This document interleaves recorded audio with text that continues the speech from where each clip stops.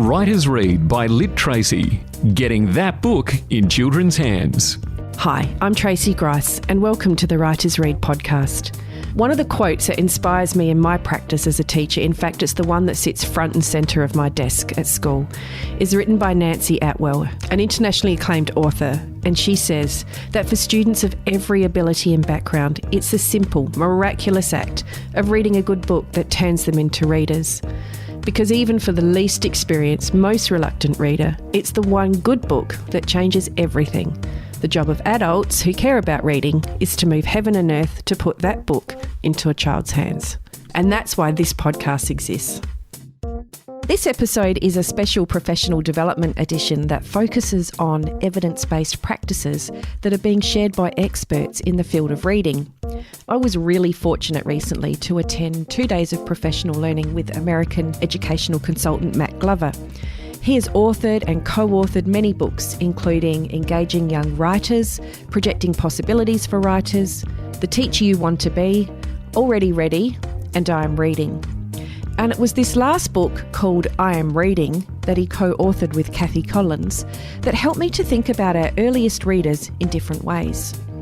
On the Writer's Read podcast, I focus a lot on reading identity and helping children build a reading life. As my work is predominantly focused on middle and upper primary children, I hadn't really considered the reading identity of children in the younger grades.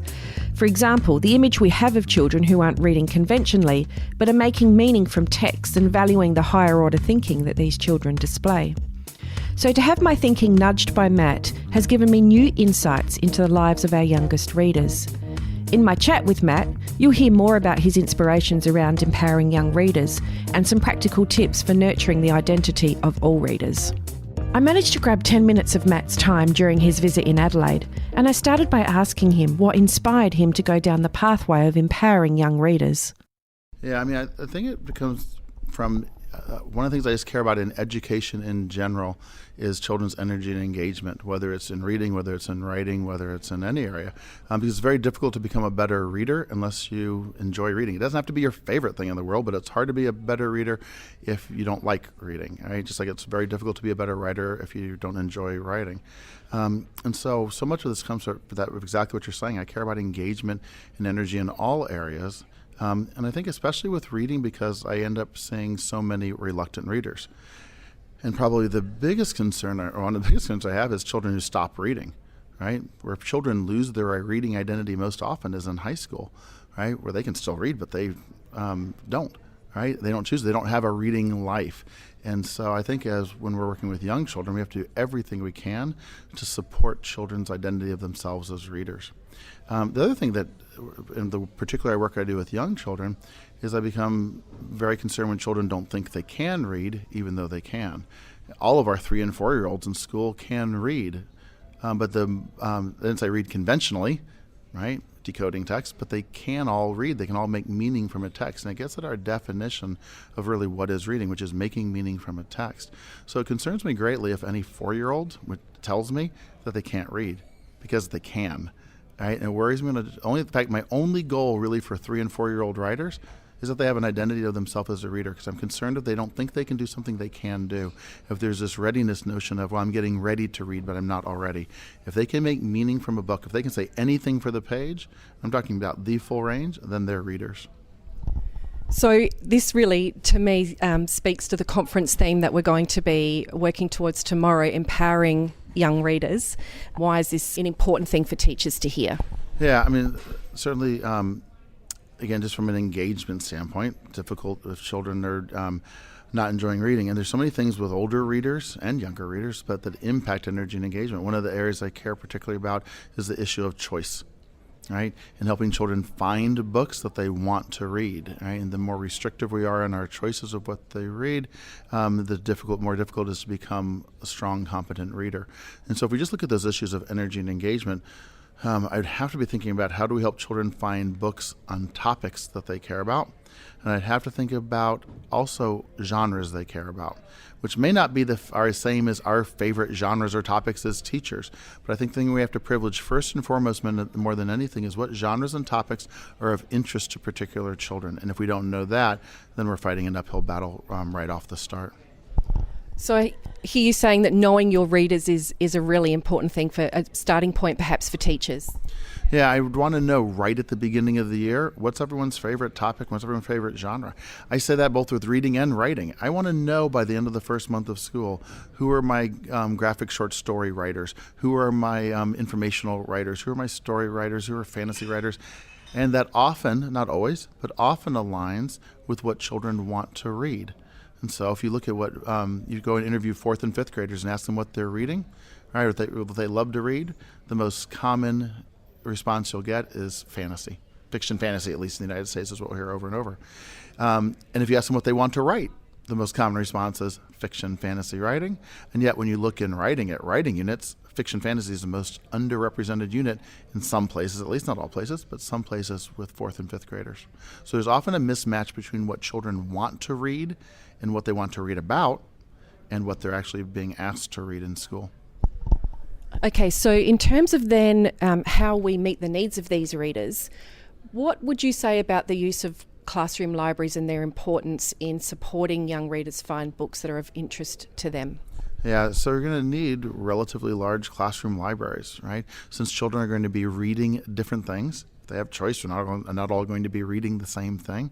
So we're going to need not just enough books to engage children in terms of topics, and that they have easy access to, so that every day they're reading something of interest. But also, like Richard Allington says, they need to be reading something every day that's an appropriate challenge to them. And I'm not talking about restricting children's reading diets. And at the same time, if children are only reading things that are way too easy, or they're only reading things that are way too hard, which is the bigger issue, because sometimes what teachers are asking them to read is too hard for them to make meaning from, then it becomes difficult to become a better reader. So every day, children should have opportunities to read things of choice and to read things at a level they can read. Children don't become better readers by reading things that are too hard. The other thing that relates to all this is we have to make sure that we're always thinking about nudging development, right? And when we think about nudging, we first have to look at what can this reader already do, and then what's the next small step. And unfortunately, it's easy to fall into the trap of not knowing exactly where the child is, giving them too many things at once, which results in a push, which is an ineffective way of learning, right? Regardless of what you're learning to do, the best way to learn to do it is when we're right in that zone of proximal development. We're just in that little phase of just beyond what you can do on your own, right? And that's where learning would take place. So I work with a lot of teachers on implementing a Reader's Workshop and looking at units of study and classroom libraries and how all of these things go together. And quite often teachers feel quite overwhelmed because they've moved away or are moving away from a model where they have children in safe groups, often doing activities about reading, but not getting that practice that they need to develop as readers, but also the opportunity to develop a reading identity and a reading life and a balanced reading diet. So what would you say are the top 3 or 5 tips on how to empower young readers? Yeah, so I'm trying to channel my good friend Kathy Collins, who knows more about reading than anybody, and this is an area of particular interest. But if I think about those at least a couple of things that would particularly support children's identity, right? One is that they have that wide range of things that they're reading, right? And even more importantly, that they're reading for a long period of time each day, right? The only way to become a better reader is if you're reading a lot. So, of course, the energy and engagement, choice, and all those things impact that, your ability to read for a long period of time each day. But you have to have the time to be able to read for a long period of time each day. That's the whole goal around a reading workshop model, is that it's providing time for students to read. There's all sorts of correlations or research between the number of minutes children read and then other types of achievement measures. Not that I particularly care about those achievement measures, but one of the things that will help you become better readers if you're reading a lot. The other thing I think I tell teachers, and again, my friend Kathy talks about this all the time, is the idea of helping teachers always keep in mind, what do we really value in readers and readers we admire? What do we want to really think children we think is important? So maybe I'll put it this way. So if we were to ask children, if you ask adults, and Kathy Collins does this all the time, and Kathy and I do, if we ask adults, tell me about a reader you admire, people will say all sorts of things. They'll say, oh, I've got this friend who always has a book with her, and my grandpa reads a wide range of genres, and they come up with all these really interesting things about readers they admire, right? No one ever says, my friend Sarah, she has the best words per minute I know, right? No one ever goes to that. But what do children think? You go ask children what they think is important in reading. Who are good? Go ask children who are readers they admire. And often it's, this person's going to reading this text level. This child can read this book. This child doesn't get reading support or whatever it is. Children's images of what they think successful readers are and what adults think successful readers are is often a mismatch. And a large part of that is because of the unintentional yet clear messages we sometimes send to children that if all we talk about is text levels and a race through text levels, they think that's what's important. Yeah, it's such an important point because it is often how children view themselves. So thank you for your tips and your insight into what it means to empower young readers. We hope you enjoy your time in Adelaide. No, my pleasure. I've enjoyed it greatly. Thank you. Matt's important messages around energy and engagement and tips for helping reluctant readers or children who stop reading actually help to expand our definition of reading and what it is as educators that we value and how we define reading. Matt has highlighted the importance of really getting to know our readers in those first few weeks of school and, armed with this information, then finding books on topics and genres that our students really care about.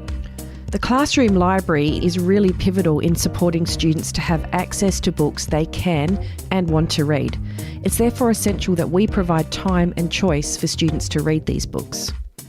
In my conferences with students, I'm really looking forward to asking them to tell me about a reader they admire. This data will be extremely insightful and will help me to continue to nudge development and help foster healthy reading identities for all of my students.